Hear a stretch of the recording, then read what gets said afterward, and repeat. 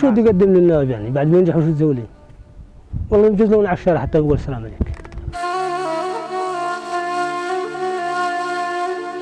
لا من تشكي ولا من تبكي.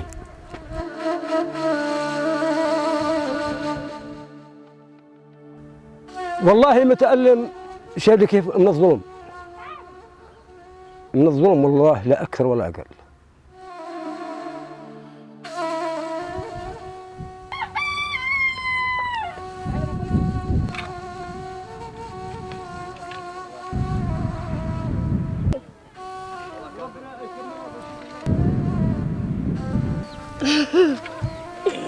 يعني الصراحة بنحكي الصح، لأنه أنا جوني النواب قبل الانتخابات هذه وقالوا بدك يا بنسويه بعد هيك ما شفت ناس.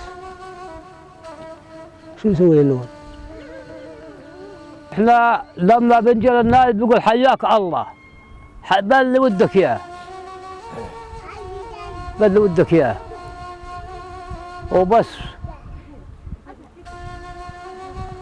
ينجح وهذا علمك به ولا بيستعرف عليك ولا برد لك السلام حتى. قوم يقع عليك ما برد السلام.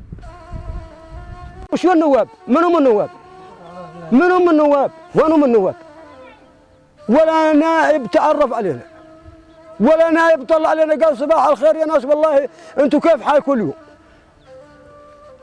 خالصة ثلوج امطار وانتم تعرفوا هذا الكلام، وهذا والله عز وجل هو اللي حمينا فيه. اللي بتشوف والله الانتخابات الجايه احنا يا البدو شخصيا شايف لي كيف؟ يعني احنا يا البدو شخصيا لان حقنا مظلوم. شايف كيف مع العالم هذا كله، لان يعني لا قيمه لنا، يعني احنا بنشوف العين يعني بالعين المجرده لا قيمه لنا. شايف كيف؟ انا ماني مجبور لا اجي لا اصوت لا مع هذا ولا مع هذا، لان ما اصوت معك على ايه؟ على اي سبيل من المثال يا اخي.